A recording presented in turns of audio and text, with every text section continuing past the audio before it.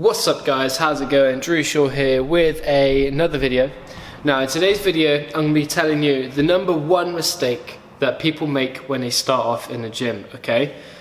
So before we get into that, I just want to give you a quick little bit about the science behind what I'm about to explain to you, okay? So here we've got three things, and this relates to the volume that we do whilst we're in the gym, okay? So first off, we've got the MEV. Now this is the minimal effective volume, all right? Next up is MAV. This is the maximal adaptive volume, and number three is MRV, which is the max recoverable volume, okay? So let me just explain each one for you.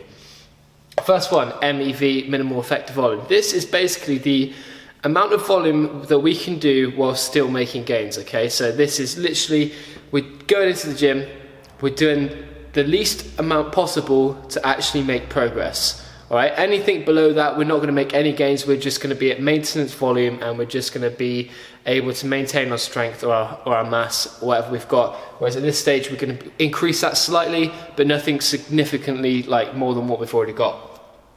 So next up is going to be the maximal adaptive volume. This is generally where we want to be, all right? So by the way, this is all made popular by Dr. Mike Israel, and if you want to know more about this, then head over to his website. He explains it in great detail, but anyway. Maximal adaptive volume. This is where we want to be. This is where we're making the most gains. This is our optimal performance. We're not getting too much fatigue, but we're still performing well. We're still overloading, and we're still making good increases in our muscle hypertrophy and our strength gains, all right?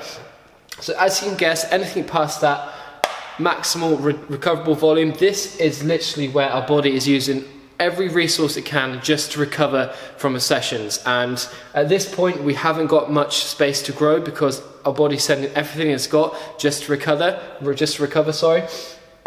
and we're not going to make any decent progress there, okay? So think of this as low to high volume. Now, the number one mistake that people make when they start off in a gym, probably because they've just, they've gone with a training partner who's been going to the gym for a year or two, they literally jump straight to this point here, probably just before here, okay? So they are going in and their body doesn't even know what weights are yet, and they're going straight to the point where they're not even going to be able to recover from the session for at least a week, and then they're going and doing everything again, okay? So as you can guess, this is not optimal for muscle strength, hypertrophy, or even just general health, because you're going to feel fatigued all the time, and you're probably not going to stick to doing weights for very long, because it's not improving the quality of your life as it should.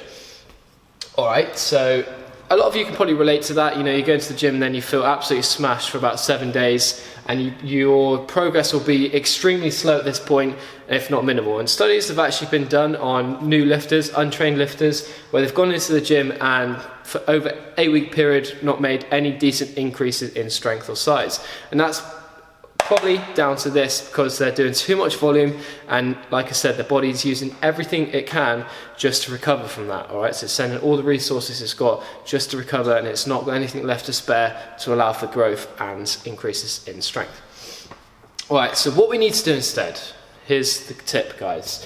We actually want to, when we start off, we want to, after being able to move well and learning all the essential movement patterns, which I'll talk about in other videos, we want to actually be somewhere around here, okay?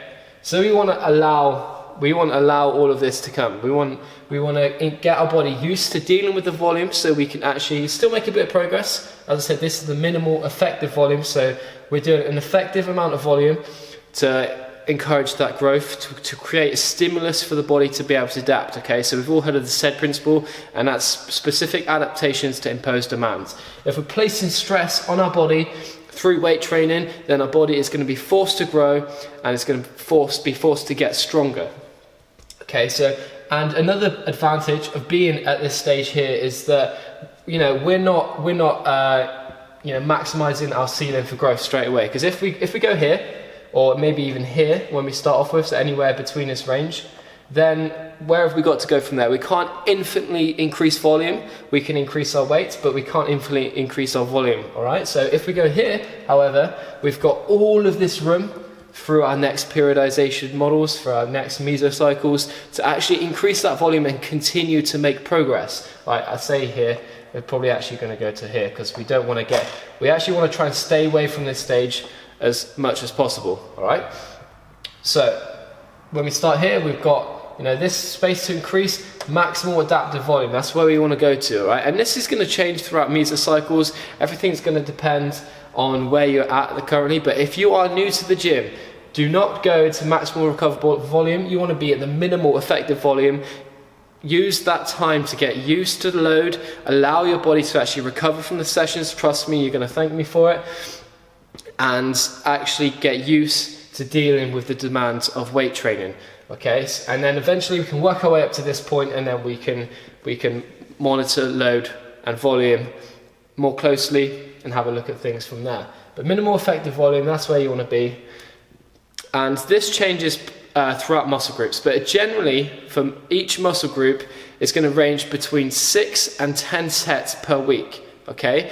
And instantly you may think that's quite low. Most people will probably go to the gym and they'll do at least 20 sets per muscle group per week, okay? So that's almost triple what we should be doing, okay? So limit that right down between 6 and 10 sets per muscle group, depending on what muscle group you're training. And then you can build that up from there, okay? Each mesocycle is going to change, and you will be required to deload at certain points when things get a bit intense. And if we do ever reach this point here, that's where we're going to need to, you know, drop the load, drop the volume, and take a bit of time off. So then we're going to drop back and try and get back into this maximal adaptive volume range here, okay? Hope you enjoyed that video, guys, and if you are a new lifter, or you know, you're trying to bring someone to the gym, get them into weight training, then do bear this in mind. Don't smash the volume straight away. Learn the essential movement patterns, which I've talked about in other videos, and slowly introduce that volume into your sessions, okay? Hope you enjoyed this one, guys. Any questions, let me know. Send me a direct message or an email, and I hope you enjoyed, guys. Take care.